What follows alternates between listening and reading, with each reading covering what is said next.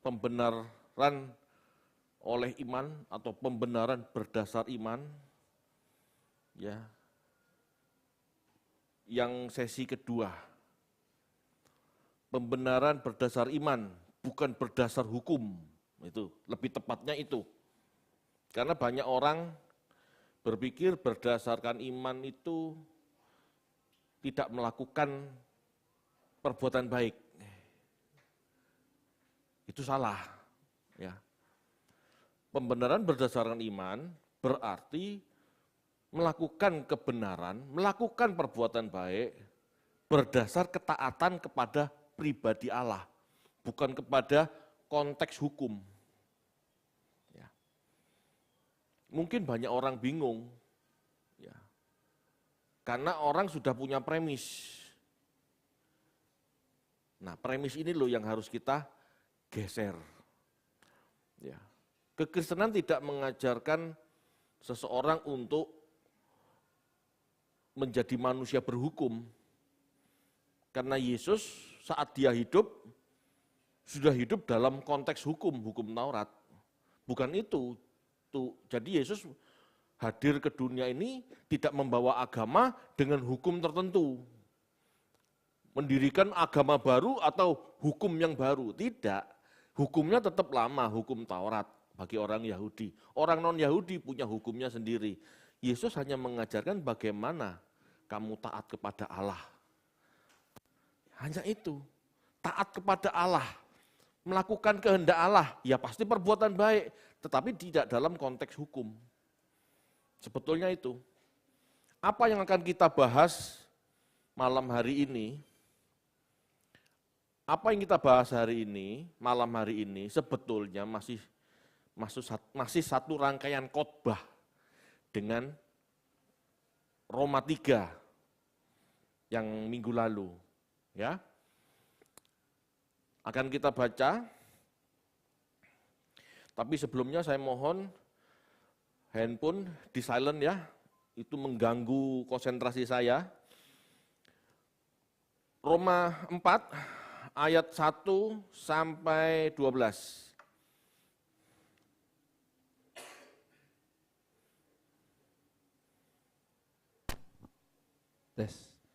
Roma 4 ayat 1 sampai yang ke-12. Jadi, apakah akan kita katakan tentang Abraham bapa leluhur jasmani kita? Sebab jikalau Abraham dibenarkan karena perbuatannya, maka ia beroleh dasar untuk bermegah tetapi tidak di hadapan Allah. Sebab apakah dikatakan nas kitab suci? Lalu percayalah Abraham kepada Tuhan dan Tuhan memperhitungkan hal itu kepadanya sebagai kebenaran. Kalau ada orang yang bekerja, upahnya tidak diperhitungkan sebagai hadiah, tetapi menjadi haknya. Tetapi kalau ada orang yang tidak bekerja, namun percaya kepada Dia yang membenarkan orang durhaka, imannya diperhitungkan sebagai kebenaran. Seperti juga Daud menyebut, berbahagia orang yang dibenarkan Allah bukan berdasarkan perbuatannya. Berbahagialah orang yang diampuni pelanggaran-pelanggarannya dan yang ditutupi dosa-dosanya. Berbahagialah manusia yang kesalahannya tidak diperhitungkan Tuhan kepadanya. Adakah ucapan bahagia ini hanya berlaku bagi orang bersunat saja atau juga bagi orang tak bersunat? Sebab telah kami katakan bahwa kepada Abraham iman diperhitungkan sebagai kebenaran. Dalam keadaan manakah hal itu diperhitungkan? Sebelum atau sesudah ia disunat? Bukan sesudah disunat, tetapi sebelumnya. Dan tanda sunat itu diterimanya sebagai meterai kebenaran berdasarkan iman yang ditunjukkannya sebelum ia bersunat. Demikianlah ia dapat menjadi bapa semua orang percaya yang tak bersunat, supaya kebenaran diperhitungkan kepada mereka. Dan juga menjadi bapa orang-orang bersunat, yaitu mereka yang bukan hanya bersunat, tetapi juga mengikuti jejak iman Abraham, bapa leluhur kita, pada masa ia belum disunat. Rumit ya. Malam hari ini saya jelaskan. Kalau masih tidak jelas, ya diulangi lagi nanti rekaman khotbahnya ya. Tapi hari ini pasti jelas. Di Roma 3 ayat 28, telah dijelaskan, ya. Roma 3 ayat 28, tolong dimunculkan. Sebetulnya masih satu rangkaian ya sama khotbah minggu lalu. Tapi ini pasal 4 ya, adalah penjelasan sebetulnya dari pasal 3 ayat 28. Karena kami yakin bahwa manusia dibenarkan karena iman, bukan karena ia melakukan hukum Taurat. Jadi orang diselamatkan bukan karena perbuatan baik, itu artinya perbuatan baik menurut hukum. Karena melakukan iman, itu juga perbuatan baik. Paham ya? Halo? Melakukan perbuatan baik, menurut hukum, itu tidak menyelamatkan. Karena taatnya sama hukum. Hukum itu berlaku taat berkat, tidak taat kutuk. Itu hukum. Tetapi kebenaran atau pembenaran karena iman, itu berarti melakukan perbuatan baik karena taat. Taat pada siapa? Taat pada Allah. Ya. Karena kami yakin bahwa manusia dibenarkan karena iman. Dibenarkan karena iman itu taat kepada Allah. Bukan karena ia taat melakukan hukum Taurat. Bukan karena ia melakukan perbuatan baik menurut tradisi Taurat, 613 perintah dengan tradisinya. Karena tidak semua orang punya hukum itu. Paham ya? Tidak semua orang punya hukum Taurat. Hanya orang Yahudi yang punya hukum Taurat. Paulus saat ini menjelaskan tentang Abraham yang tidak dibenarkan karena perbuatannya secara hukum. Hukum Taurat saat itu belum ada. Paham ya?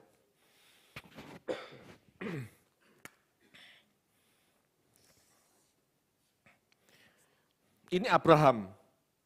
Lebih kurang tahun 2000 sebelum Masehi. Musa itu tahun 1300 sebelum Masehi. Yesus itu tahun 30 atau Paulus tahun 30 Masehi.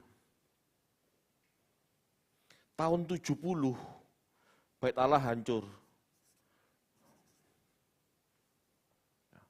Masa berlakunya hukum Taurat Bapak Ibu, ya, masa berlakunya hukum Taurat itu mulai zaman Musa sampai Bait Allah hancur. Bait Allah hancur, orang Yahudi tidak bisa melakukan hukum. Sebelum hukum ini diberlaku, sebelum Taurat Musa ini berlaku, orang-orang sebelum Musa dibenarkan menurut apa? Hukumnya belum ada. Nah, Paulus mengajarkan orang zaman sebelum Musa dibenarkan menurut iman. Enggak ada hukum. Dibenarkan menurut iman. Allah ngomong apa? Manut. Allah bicara apa? Taat. Ya, ini pentingnya belajar kronologis Bapak Ibu. Kalau enggak gitu kita bingung. Ya. Paulus saat itu menjelaskan tentang Abraham yang tidak dibenarkan karena perbuatannya secara hukum. Hukum belum ada, Taurat belum ada. Sebab jika seseorang berhasil melakukan sesuatu karena hukum, maka ada dasar untuk bermegah. Sebab dianggap berhasil secara hukum. Tetapi bukan oleh Allah. Allah belum tentu sejalan dengan tradisi manusia. Allah memberi 10 perintah. Ya, jadi 613 dikembangkan oleh Musa, Daud, nabi-nabi yang lain. Jadi tradisi Taurat, hukum Taurat itu 613. Dasarnya 10 perintah Allah. Kalau orang melakukan 613 berhasil,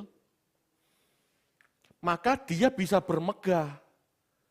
Gitu loh maksudnya. Oh, aku bisa. bisa melakukan 613 perintah, bisa melakukan Taurat, ya, itu artinya dibenarkan secara hukum. Karena dia mampu melakukan hukum. Ada dasar untuk bermegah. Karena dia berhasil. Paham ya? Dan itu bukan anugerah Bapak Ibu, karena Anda berhasil. Seseorang yang dikontrak kerja, dan dia bekerja sesuai kontrak, di akhir kontrak dia dapat upah, itu anugerah atau gajinya dia? Gaji. Kalau Abraham melakukan perbuatan baik tanpa hukum, tanpa kontrak, maka itu bukan upah. Apa yang dilakukan Abraham itu dibenarkan oleh Allah, dianggap benar, tidak ada kontrak, dianggap benar. Abraham disebut beriman, disebut taat. Kenapa? Karena anugerah. Anugerah. Bukan karena kontrak, bukan karena hukum. Oke, masih bingung, kita lanjut terus ya. Kitab suci menyatakan, lalu percayalah Abraham kepada Tuhan, dan Tuhan memperhitungkan hal itu kepadanya sebagai kebenaran. Betul ya? Di ayat 3, pasal 4 ayat 3. Ya. Lalu percaya Abraham kepada Tuhan, dan Tuhan memperhitungkan itu kepadanya sebagai kebenaran. Ini berarti dasar Abraham dinyatakan benar oleh Allah adalah percaya, bukan hukum. Kalau orang Yahudi taat kepada Allah karena dia tahu hukumnya. Kalau Abraham tidak punya hukum, dia keluar dari Ur, berarti keluar dari hukum Mesopotamia, keluar dari hukumnya Ur. Dia keluar dari sebuah wilayah, dia nggak ada hukum. Keluar wilayah Ur tanpa hukumnya Ur, dan bangsa Israel belum ada. Betul? Berarti dia hidup tanpa hukum. Tapi dia taat. Sejak keluar Ur, sampai di Kanaan, tanpa ada hukum, dia taat. Itulah dibenarkan karena iman. Dia percaya. Dia keluar Ur berarti dia melepaskan agama Ur. Agama Ur pasti punya dewa-dewa, dia keluar. Dia taat kepada Elohim. Abraham belum mengenal Yahweh, ngertinya Elohim. Dia keluar Ur, dia taat. Tanpa konteks hukumnya Ur. Apalagi hukum Taurat, belum ada. Itu masih 500 tahun lagi hukumnya Musa itu. Kita baca yuk, Kejadian 15 ayat 6.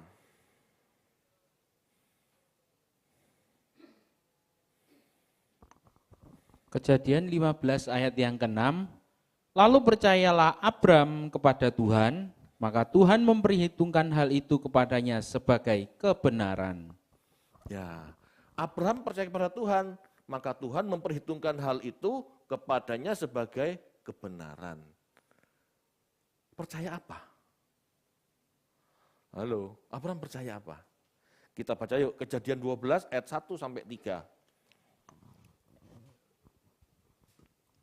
Kejadian 12 ayat 1 sampai 3, Abram dipanggil Allah. Berfirmanlah Tuhan kepada Abram, pergilah dari negerimu dan dari sanak saudaramu dan dari rumah bapamu ini ke negeri yang akan kutunjukkan kepadamu. Aku akan membuat engkau menjadi bangsa yang besar dan memberkati engkau serta membuat namamu termasyur dan engkau akan menjadi berkat. Aku akan memberkati orang-orang yang memberkati engkau dan mengutuk orang-orang yang mengutuk engkau. dan olehmu semua kaum di muka bumi akan mendapat berkat. Di pasal 12 ayat 3, 1 sampai 3, itu bukan perjanjian loh. Itu masih perintah Allah. Itu Abraham dipanggil keluar Ur sebagai sebuah perintah. Tanpa ada konteks hukum, Abraham taat. Ini loh yang dianggap kebenaran. Tanpa kontrak, Abraham taat. Kalau dengan kontrak enak. Betul enggak? Bos one prestasi bisa dituntut, ada kontrak. Lah ini enggak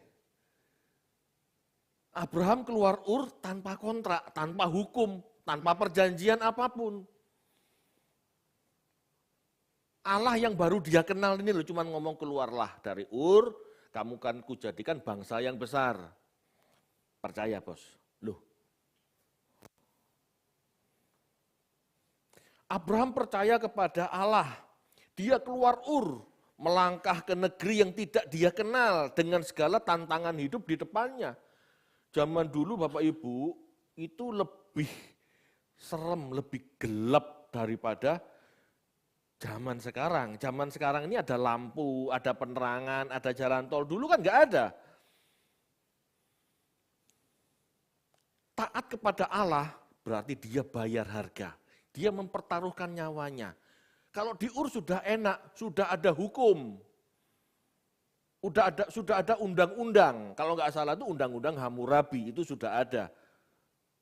Orang berbuat salah kepada orang lain ada hukumnya. Tapi dia keluar wilayah Ur, itu wilayah tanpa hukum.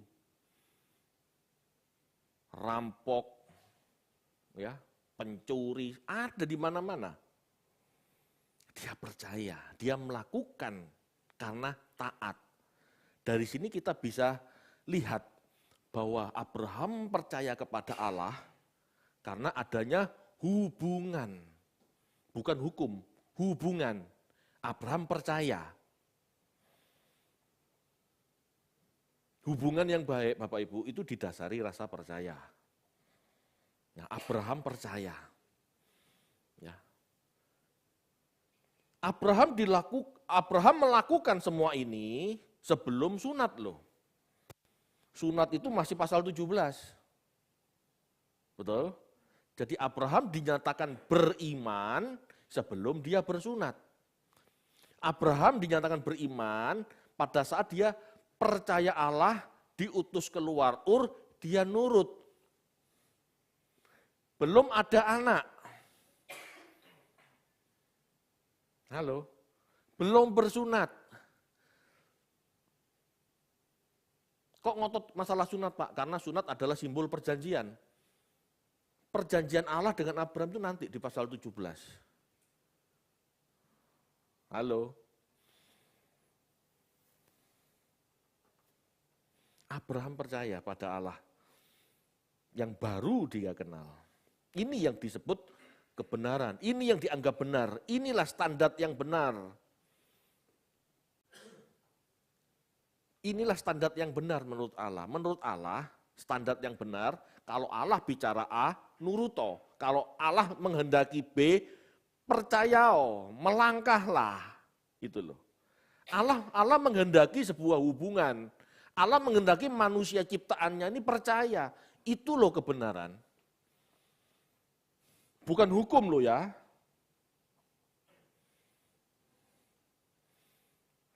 Perjanjian Bapak Ibu adalah dasar sebuah hukum ditetapkan. Perjanjian adalah sebuah dasar hukum ditetapkan.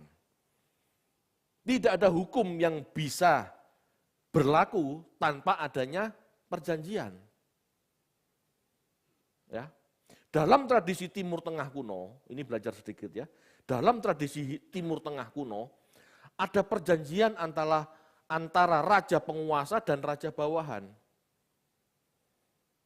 Selama raja bawahan memberi upeti, maka raja penguasa akan memberikan perlindungan. Paham maksudnya? Ini hukum zaman dulu Bapak Ibu. Kerajaan, tiap-tiap kerajaan ini kan saling serang, betul? Saling rebut wilayah. Kalau ada sebuah wilayah mau tunduk,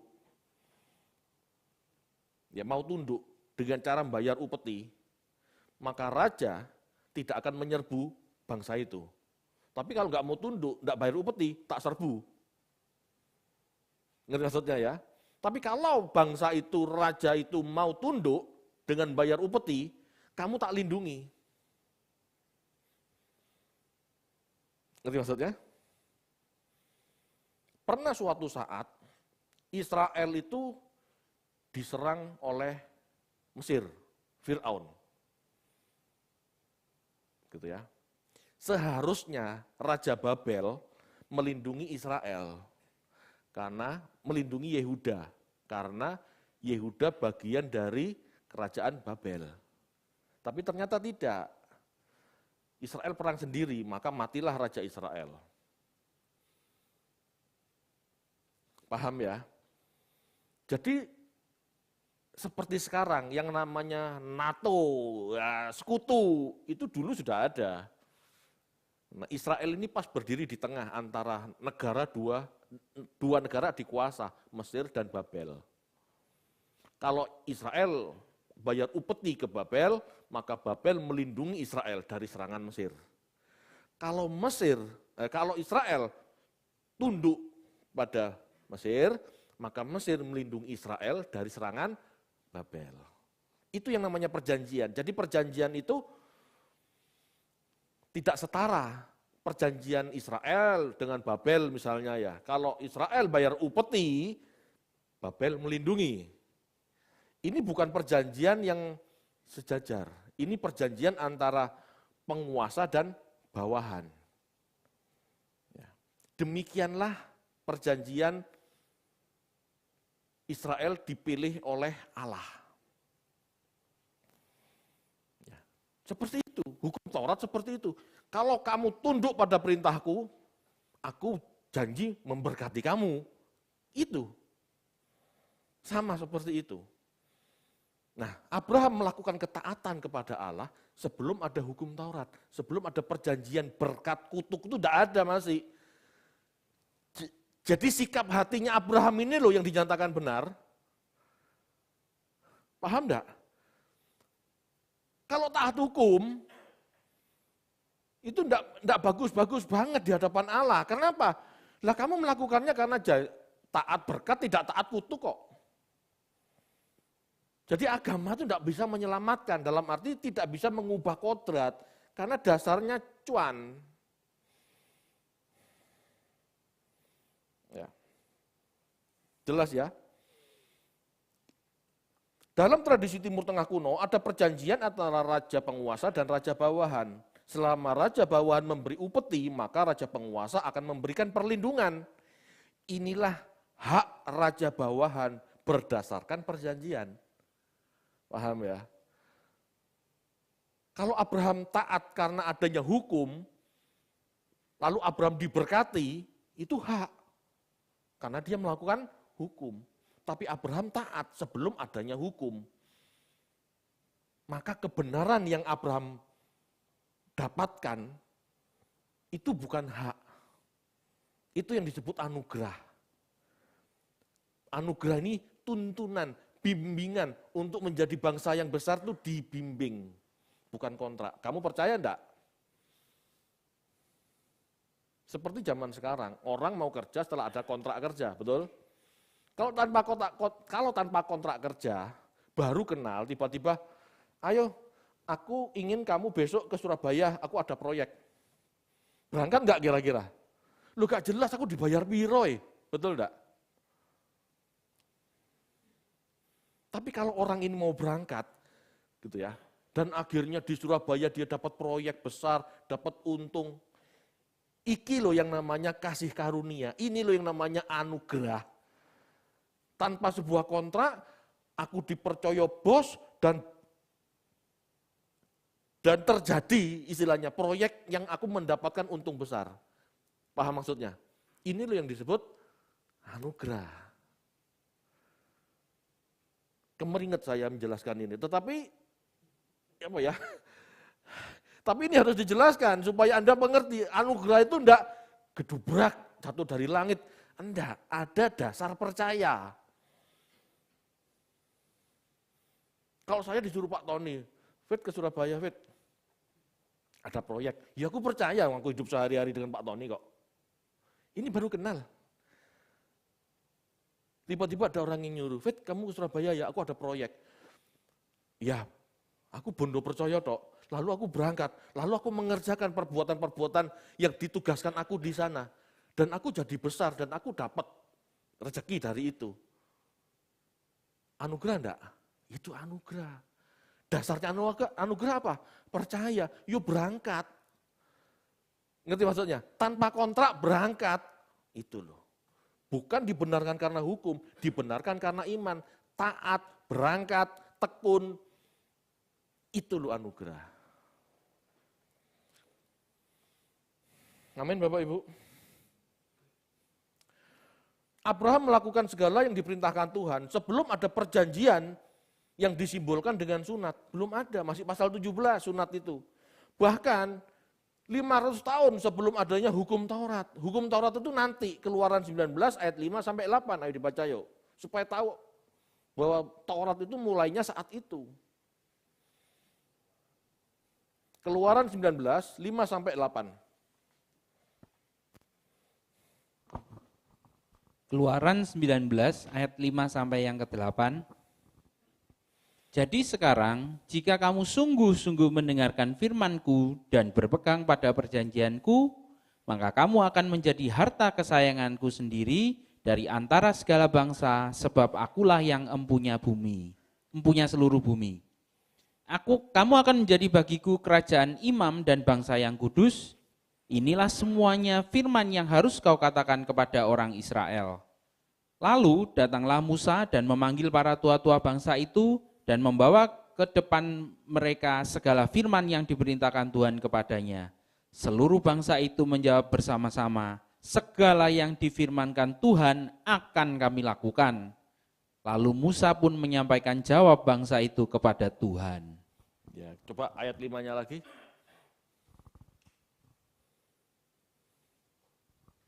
Jadi sekarang, jika kamu sungguh-sungguh mendengarkan firman-Ku dan berpegang pada perjanjian-Ku. Stop. Ingat ya. Jadi pasal 19 ayat 5 sampai 8 tadi itu awal mula perjanjian Allah kepada bangsa Israel. Atasan dan bawahan. Allah sebagai Tuhannya, sebagai rajanya, Israel sebagai umatnya, sebagai bawahannya. Kalau kamu ikut perjanjian ini, kamu tak jadikan kerajaan imam bagiku. Aku rajanya, kamu nurut toh. Nah ini nanti akan berlanjut di ayat-ayat berikutnya. Kalau kamu taat pada perjanjian ini, berkat ada padamu. Kalau kamu melanggar perjanjian ini, hukum-hukum ini, kamu kena kutuk. Paham? Jadi perbuatan baik menurut Taurat ini loh, yang tidak menyelamatkan. Karena dasarnya hanya legalitas. Paham? Karakter yang baik itu terbentuk dari pengertian, bukan sekedar taat hukum. Orang dinyatakan berubah, ya, pada saat tidak ada polisi, lampu merah dia berhenti. Karena dia mengerti kalau aku melanggar terjadi tabrakan. Ini orang punya karakter. Tetapi kalau lampu merah ada polisi dia diam, tidak bergerak, tidak ada polisi dia bablas. Ini bukan orang berkarakter kan? Itu loh maksudnya. Dia takut sekedar legalitas. Orang benar Bapak Ibu, tanpa hukum nggak akan mencuri. Orang taat hukum, ya, orang taat hukum tidak ada pengawas, belum tentu tidak mencuri. Kalau orang benar, nah ini orang benar ya, orang benar tanpa hukum dia tidak akan mencuri karena nuraninya bicara, tidak boleh mencuri, bukan hakku. Ini karakter keselamatan. Tapi kalau bukan orang benar, sekedar taat hukum, Selama ada pengawas, dia taat. Tidak ada pengawas, dia korupsi. Ngerti tidak maksudnya? Ini loh yang membedakan, ini loh yang sedang diajarkan Paulus. Anda mungkin tidak bisa menghayati ini karena ini kan masalah 2000 tahun yang lalu. Ini harus saya ungkap supaya Anda, saya, kita semua tidak salah paham. Seolah-olah keselamatan tanpa perlu berbuat baik. Loh, ya perlu. Ya perlu, tapi dasar berbuat baiknya taat. Hubungan dengan Allah. Dia Allahku, aku tidak mau mencederai hatinya, aku tidak mau mencuri. Berbeda, aku tidak mencuri karena sekarang masih dipantau KPK. Lah, paham ya? Itu bukan keselamatan.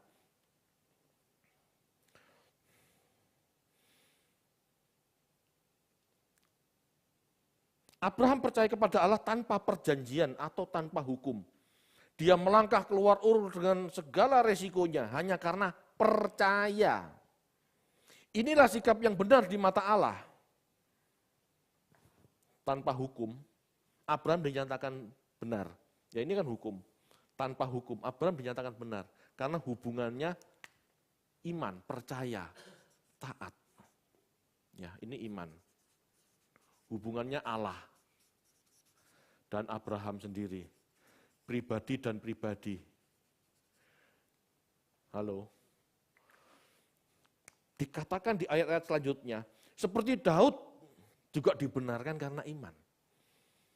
Daud memohon ampun kepada Allah, tidak dianggap lagi bersalah dan seharusnya mati kan, dan harus mati. Tidak lagi dianggap bersalah dan harus mati. Meskipun menurut Taurat seharusnya dihukum mati. Betul enggak? Tapi Daud beroleh kasih karunia. Secara hukum harusnya mati, tapi dia enggak mati. Itu loh kasih karunia. Itu loh anugerah. Namun anaknya tetap mati. Kita baca yuk, 2 Samuel 12 ayat 13 sampai 14.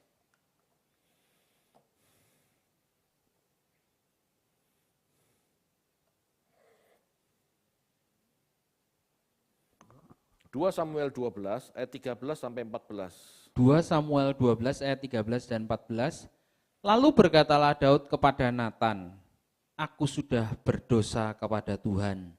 Dan Natan berkata kepada Daud, Tuhan telah menjauhkan dosamu itu, engkau tidak akan mati. Walaupun demikian, karena engkau dengan perbuatan ini telah sangat menista Tuhan, pastilah anak yang dilahirkan bagimu itu akan mati. Halo Bapak Ibu.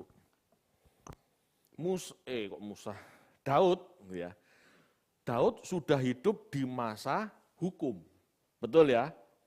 Daud kan hidup setelah Musa. Betul enggak? Orang berzina, orang membunuh, dia berzina dengan Batsyeba. Dia membunuh suami Batsyeba. 2 dosanya Daud, berzina dan membunuh. Ini hukumannya mati seharusnya. Tapi dia berseru sama Tuhan minta pengampunan. Tuhan yang adil memberikan pengampunan kepada Daud. Tetapi yang namanya hukum, Allah yang adil tidak menghukum orang yang tidak bersalah. Makanya anaknya yang mati. Daudnya selamat, anaknya mati. Daud sedih, tapi dia selamat. Ini seperti Yesus yang menebus dosa kita. Kita sedih enggak Yesus disalib? Sedih. Tapi harus terjadi. Karena kita mau diselamatkan. Ini gambaran saat itu.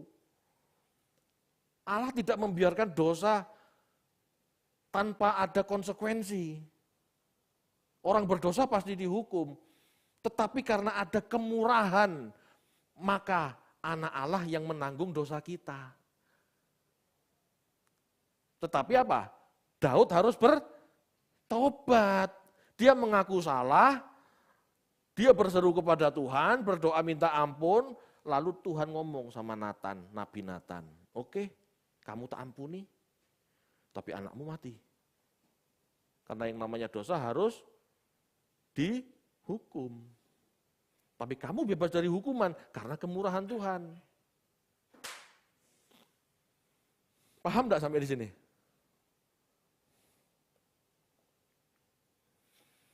Ya. Bapak Ibu, kita harus mengerti, kita selamat itu kasih karunia. Itu bukan berarti kita tidak melakukan perbuatan baik. Kita selamat karena kemurahan Tuhan, karena Tuhan mau ampuni kita dengan menyediakan penebusan, maka kita dianggap benar. Tetapi bukan berarti tidak melakukan perbuatan baik. Lakukan perbuatan baik dengan cara taat kepada Allah, bukan berdasar hukum, karena kita tidak punya hukum Taurat, itu hukum untuk Israel. Amin. Bisa dipahami tidak sampai sini? Ini tidak mudah, memang rumit. Tetapi Anda harus paham ini sehingga nggak ngenteng no. Tapi di satu sisi Anda tidak stres karena Tuhan memberikan penebusan. Loh.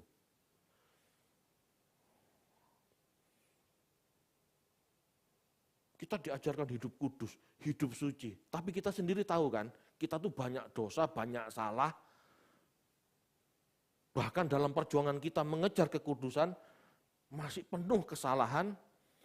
Dan beberapa pengikut SK yang berjuang hidup kudus, ada yang stres. Dia telepon sama saya, aku kok stres yo, masih banyak dosaku. Salah kamu. Kalau sampai kamu stres, berarti kamu mengandalkan dirimu sendiri. Gak perlu stres, berjuang saja. Dosamu sudah diampuni Tuhan, tugasmu sekarang berjuang. Hidup kudus, jatuh bangun, jatuh lagi bangun lagi. Yang Tuhan lihat itu kemauanmu untuk benar.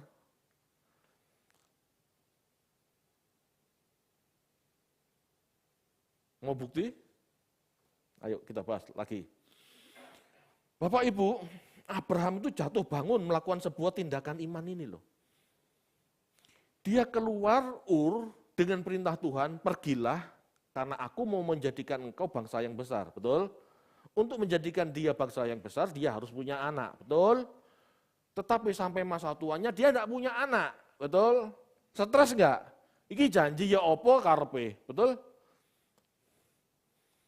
Di saat-saat dia down, kehilangan keyakinan akan janji Allah, ya, dia tidur dengan Hagar. Salah enggak ini? Salah. Ya. Meskipun tidur dengan Hagar bisa disebut kesalahan, namun Abraham terus percaya, dia enggak balik ke negerinya. Meskipun dia bingung, ini janji Tuhan menjadikanku bangsa yang besar. Sampai sekarang Sarah tidak hamil-hamil.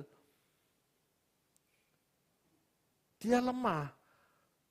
Oh, apa mungkin ya Allah menyediakan bagiku keturunan dari istri kedua, istri ketiga. Dia lemah, dia mencari jalan keluar sendiri. Ya. Dalam kelemahan Abraham, dia enggak balik ke Ur, dia enggak mutung. Janji Tuhan gombal. Mungkin aku yang kurang cerdas. Aku harusnya kawin lagi. Betul enggak? Kan ada cara-cara berpikir seperti itu.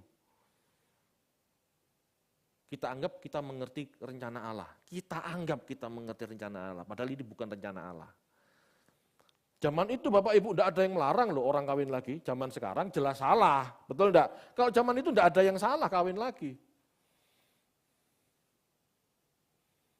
Saat dia lemah. Saat dia tidak yakin janji Allah itu berlaku untuk dia dan istrinya Sarah. Dia merasa baik-baik saja untuk kawin lagi, sehingga punya anak Ismail. Jatuh enggak? Jatuh. Lemah dia. Dia pakai cara sendiri.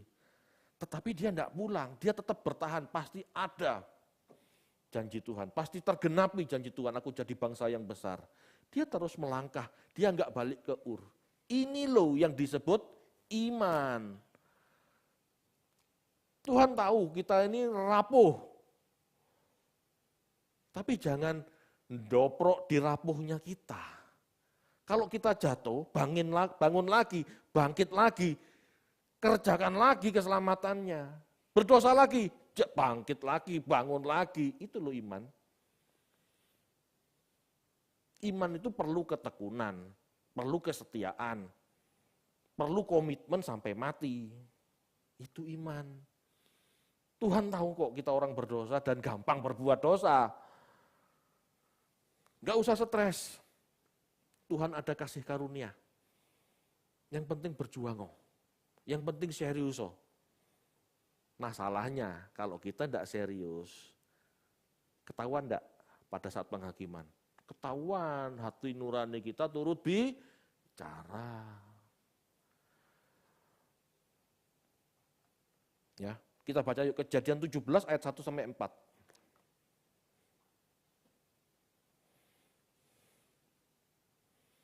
Kejadian 17 ayat 1 sampai 4. Kejadian 17 ayat 1 sampai dengan yang keempat. Ketika Abram berumur 99 tahun, maka Tuhan menampakkan diri kepada Abram dan berfirman kepadanya, "Akulah Allah yang Maha Kuasa, hiduplah di hadapanku dengan tidak bercela. Aku akan mengadakan perjanjian antara aku dan engkau, dan aku akan membuat engkau sangat banyak." Lalu sujudlah Abram, dan Allah berfirman kepadanya, "Dari pihakku, inilah perjanjianku dengan engkau, engkau akan menjadi bapa sejumlah besar bangsa." Bapak Ibu, Abraham itu dijanjikan menjadi bapak banyak bangsa.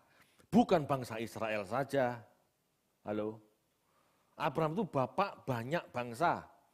Ya, inilah ya perjanjian Allah dengan Abraham. Meskipun Abraham jatuh bangun dalam dosa juga. Ini loh iman.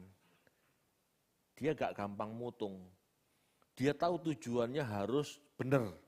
Meskipun dia jatuh, dia bangkit lagi dan berusaha lagi jadi benar. Ini loh iman. Kemurahan enggak? Kemurahan. Kalau secara hukum kamu berdosa, ya rajam sudah selesai. Kemurahan enggak? Kenapa orang Kristen sampai sekarang enggak modar, enggak mati? Karena ada kemurahan. Sehingga hari-hari kita masih bisa melakukan yang baik. Masih bisa taat. Amin Bapak Ibu. Iman dalam perjanjian lama Bapak Ibu disebut loyalitas, ketaatan, kebisa dipercayaan. Itu iman. Iman itu bukan sekadar percaya di pikiran. Ya. Iman yang menyelamatkan adalah persetujuan moral, komitmen secara sukarela meskipun tidak ada hukum. Ada komitmen meskipun tidak ada hukum. Kita kepada Yesus percaya saja, tidak ada hukum. Betul enggak? Apakah di dalam Yesus kita dikenakan hukum? Kalau di dalam Kristen berbuat dosa, hukumnya rajam, hukumnya potong tangan gitu, ada? Enggak ada kan? Itu loh kemurahan. Kita masih mencuri, kita masih misuh, kita masih pikirannya kotor, tetap hidup tuh. Itu loh kemurahan. Allah masih menunggu kita berubah. Allah masih memberi kesempatan kita mengejar kekudusan, mengejar kebenaran. Itu kemurahan. Kalau kena hukum Yahudi, ketahuan berzina, selesai. Langsung dirajam. Ketemu mencuri, selesai. Langsung potong tangan. Ini loh kemurahan. Allah mendidik kita dengan sabar.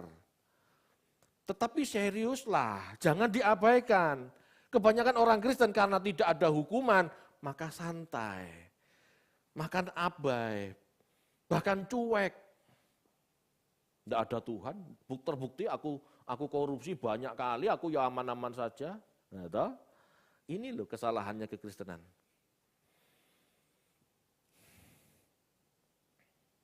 Janji Allah inilah yang disahkan dengan sunat, dimeterai dengan sunat. Ini simbol perjanjian. Janji Allah ini nyata selama Abraham bersih hidupnya, tak bercacat celah. Jadi jangan ngomong keselamatan itu tidak ada syarat, ada. Janji Allah berlaku kepada Abraham dengan syarat hidupmu tak bercacat celah. Bagi kita yang kenal Tuhan, sudah ditebus, sudah. Tapi apakah kita akan mendapatkan pembenaran? Belum tentu. Kecuali kita mau hidup tak bercacat celah, pembenaran itu terjadi. Halo? Yesus mati untuk semua orang Bapak Ibu. Tetapi yang mendapatkan pembenaran hanya mereka yang melangkah mau mendapatkan kebenaran. Mau hidup benar. Paham enggak? Saya pernah kasih ilustrasi di grup. Saat seorang bos borong bakso, ya, saat seorang bos borong bakso, sak rombonge, banyak kan? Untuk semua karyawan. Berarti semua karyawan berhak makan bakso enggak? Berhak. Tetapi siapa yang makan bakso? Dia yang datang ke rombong itu lalu ngambil. Betul enggak? Apa karyawan, loh, aku nunggu disuapin bos. Bener enggak kayak gitu? Kan enggak. Ngerti enggak maksudnya ilustrasi ini? Halo? Paham enggak? Loren paham enggak? Ada bos borong bakso. Ngerti enggak? Di depan kantor baksonya lewat, tak borong, tak bayar 1 juta. Semua tak entekno buat karyawan. Berarti semua karyawan boleh makan enggak? Tetapi siapa yang kenyang makan bakso? Dia yang mau turun dari meja-meja kerjanya, lalu ngambil baksonya, lalu nyendok, lalu ngemplok. Betul enggak? Yang enggak mau turun, yang enggak ngambil baksonya, kenyang enggak? Enggak. Masuk karyawan yang benar, aku ngenteni bos nyuapin aku. Bener? Pola pikir ini bener? Enggak kan? Sama, Tuhan berikan penebusan buat semua manusia. Tetapi yang mendapatkan pembenaran, yang mau dianggap benar, hanya mereka yang mau jadi benar. Mereka yang melangkah menghadap Tuhan, nurut sama Tuhan, itulah yang dianggap pembenaran. Yang tidak mau melangkah mendekat menjadi benar, yang nggak dapat pembenaran. Maka itulah yang disebut menyia-nyiakan kasih karunia. Jelas nggak sampai sini? Halo? Saya ini sudah kemeringat loh Bapak Ibu. Ini semua apa dingin ya? Saya mau sumuk. Saya ini berusaha menjelaskan sedemikian rupa supaya kita tuh ngerti. Kasih karunia itu apa, iman itu apa, hukum itu apa. Halo?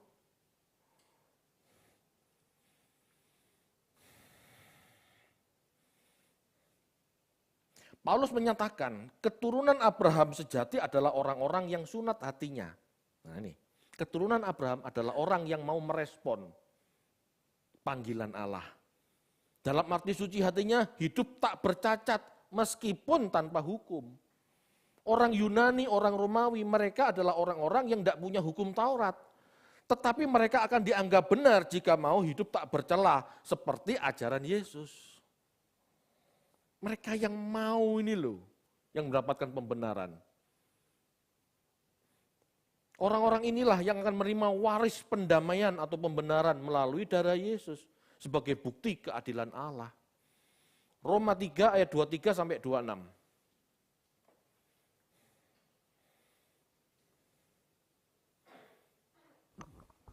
Roma 3 ayat 23 sampai 26. Karena Roma 3, 25 sampai 26. Sorry diterima Pak. Roma 3 ayat 25 dan 26. Kristus Yesus telah ditentukan Allah menjadi jalan pendamaian karena iman dalam darahnya. Hal ini dibuatnya untuk menunjukkan keadilannya. Karena ia telah membiarkan dosa-dosa yang telah terjadi dahulu pada masa kesabarannya. Maksudnya ialah untuk menunjukkan keadilannya pada masa ini supaya nyata bahwa ia benar dan juga membenarkan orang yang percaya kepada Yesus. Ya, ayo renungkan. Orang yang percaya Yesus itu orang-orang Yunani, orang-orang Romawi yang bukan orang Yahudi, yang tidak punya hukum. Dibenarkan juga. Asal mau percaya Yesus, asal mau taat seperti Yesus taat, asal mau hidup seperti Yesus hidup, dibenarkan juga. Tanpa Yesus menjadi korban tebusan, Bapak Ibu, orang non-Yahudi ini binasa semua karena tidak ada pendamaian, karena tidak ada yang menebus. Kalau orang Yahudi merasa sudah beres, ada domba yang menebus. Bersyukur kita orang Indonesia, orang Jawa, orang Cina, orang Manado mendapatkan penebusan. Amin. Itu dibenarkan karena iman. Bukan percaya akal saja, tapi hidup seperti Yesus hidup. Percaya pada Yesus berarti percaya pada ajarannya. Menjadikan dia Tuhan berarti menjadikan dia guru. Di mana kita harus ikut dalam ketaatan yang sama. Harus ikut. Ikut apa Pak? Ikut berbuat baik seperti Yesus berbuat baik. Jadi perbuatan baiknya seperti ajaran Tuhan, bukan seperti Taurat, gitu loh maksudnya. Ya. Bapak Ibu, Abraham adalah prototipe orang yang disebut percaya atau beriman. Pembenaran terjadi saat kita beriman seperti Abraham. Taat kepada Allah meskipun tanpa hukum. Abraham percaya pada Allah meskipun tanpa hukum. Percaya kepada Allah karena hubungan dengan Allah. Dia mendengar perintah Allah dan dia mau merespon. Ini loh hubungan. Hukum Bapak Ibu, tanpa punya hubungan dengan Allah pemilik hukum, tidak ada masalah. Yang penting melakukan hukum selesai, gitu tok. Yang Allah kehendaki ini hubungan. Itu sebabnya hukum Taurat ini dianggap sebagai apa? Penuntun. Ini penuntun Bapak Ibu. Hukum ini penuntun sebelum iman itu datang. Ya. Percaya kepada Yesus berarti hidup seperti Yesus tanpa perlu menjadi Yahudi dengan segala tradisi hukumnya. Pembenaran atau pendamaian dari Allah bagi kita, orang tak bersunat, bangsa-bangsa asing, diperoleh tanpa melakukan hukum. Karena hukum ini bukan buat kita, melainkan taat melakukan kebenaran seperti yang Allah ajarkan kepada Yesus. Bapak Ibu, sasaran kekristenan bukan hanya masuk surga, namun keserupaan dengan Kristus, keserupaan karakter dengan Kristus, keserupaan karakter dengan Abraham. Yesus taat kepada Allah, melakukan hukum dalam arti melakukan hukum yang dikehendaki Allah, bukan melakukan hukum seperti tradisi Yahudi, enggak loh. Itu sebabnya antara Tuhan Yesus dan ahli Taurat ribut terus, enggak pernah cocok kan? Ribut terus. Tetapi kenapa dia dibangkitkan? Karena ketaatan Yesus kepada Allah, ini yang dianggap benar. Bukan taat hukum yang dianggap benar. Taat seperti Yesus taat ini loh yang dianggap benar oleh Allah. Yesus melakukan Taurat versinya, bukan versi Farisi, bukan versi rabbinik. Yesus melakukan hukum versinya. Kalau kita mau hidup, ya contohlah Yesus. Itu sebetulnya.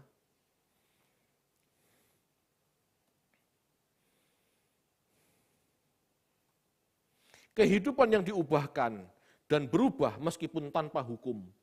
Ya, kita harus menjadi seseorang yang diubahkan, yang berubah meskipun tanpa hukum. Orang benar Bapak Ibu akan berubah meskipun tidak dijanjeni berkat. Orang benar Bapak Ibu pasti berubah lebih baik tanpa ancaman hukuman. Kalau orang mau benar Bapak Ibu, gak usah diiming-iming duit, gak usah diiming-iming berkat melimpah. Orang kalau mau benar Bapak Ibu, gak usah ditakuti neraka, gak usah. Orang yang mau benar, taat saja, benar saja, melangkah saja jadi benar. Gak usah bingung, berkatnya 30, 60, 100, gak usah. Loh kamu berdosa loh, nanti masuk neraka, gak usah itu.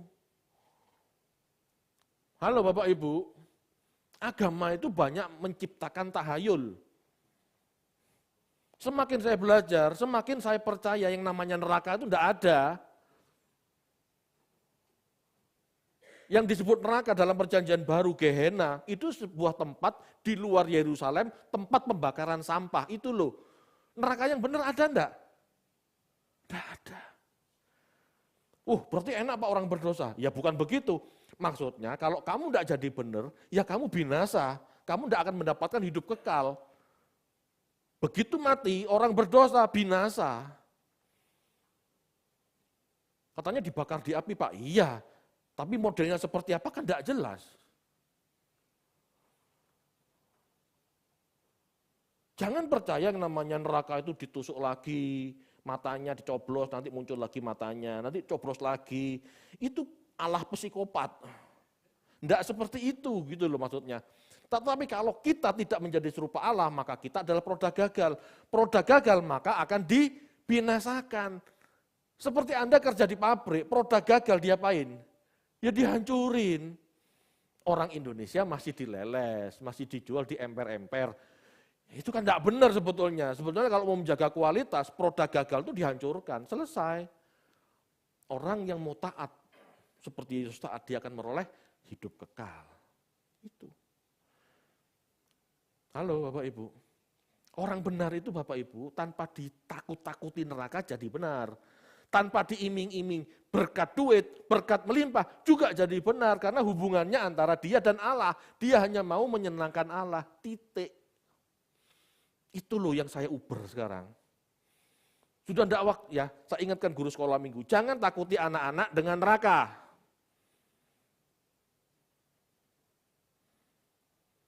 Halo? Ajarkan anak-anak melakukan kebenaran dengan cinta, dengan kasih. Amin.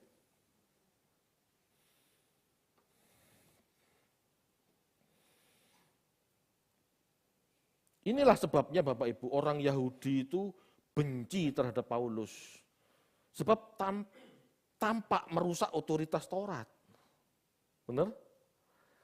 Padahal sesungguhnya Paulus hendak mengarahkan manusia yang tidak berhukum, yang tidak punya Torah ini, kepada Allah secara langsung. Seperti Abraham adalah orang Ur, orang Mesopotamia, bukan orang Yahudi. Buktinya Abraham dibenarkan. Paulus ingin orang-orang tak bersunat, Yunani, Romawi, juga mengenal Allah yang benar dan melakukan kehendaknya tanpa harus proselit. Sehingga semua bangsa pada akhirnya mengenal Allah yang benar, sujud, berdoa, memberi nilai tinggi Allah.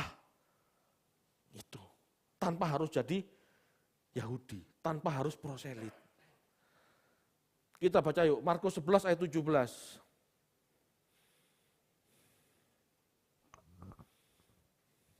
Markus 11 ayat yang ke-17, lalu ia mengajar mereka katanya, bukankah ada tertulis, rumahku akan disebut rumah doa bagi segala bangsa, tetapi kamu ini telah menjadikannya sarang penyamun. Betul? Tuhan ingin segala bangsa itu mengenal Allah yang benar. Tetapi karena pelataran bait Allah itu dijadikan tempat berdagang, maka tidak ada tempat bagi orang asing untuk berdoa. Ini loh Tuhan marah. Israel diadakan, bangsa yang disebut imamat yang raja ini diadakan supaya bangsa-bangsa mengenal Allah. Malah mempersulit dengan sunatnya, dengan proselitnya. Tidak seperti itu kata Paulus. Itu bagi kamu dengan tradisimu oke orang Yahudi. Tetapi orang non-Yahudi tidak perlu seperti itu. Yang penting dia mengenal Allah yang benar, yang penting hidup suci seperti Yesus suci. Tidak seperti kamu yang legalitas, tidak masalah. Selama dia bisa taat seperti Yesus, itu sudah dinyatakan benar seperti Abraham. Paham tidak Bapak Ibu? Jadi sebetulnya surat Paulus ini adalah surat teologi ya, yang sedang membuka jalan bagi orang Yahudi percaya Allah yang benar. Tanpa harus jadi Yahudi, dipersulit jadi Yahudi. Itu loh. Kalau nggak dibahas sampai segini ngerti nggak? Nggak mungkin mengerti. Yang benar itu gimana sih? Yang benar itu orang Kristen harus ikut hukum Taurat apa enggak sih? Kan gitu. Ini Paulus menjelaskan, tanpa perlu hukum Taurat, kamu taat pada Allah sebagai hubungan, sebagai relationship, seperti Abraham, itu kamu dibenarkan. Ngerti itu? Hubungan kita dengan Yesus Bapak Ibu, itu kakak dan adik. Hiduplah seperti kakak sulung kita dibenarkan oleh Allah. Tanpa konteks hukum. Tanpa hidup seperti 613 perintah, tapi kita seperti Yesus, itu dibenarkan. Amin Bapak Ibu. Itulah dibenarkan oleh iman, bukan oleh hukum Oke? Saya rasa cukup.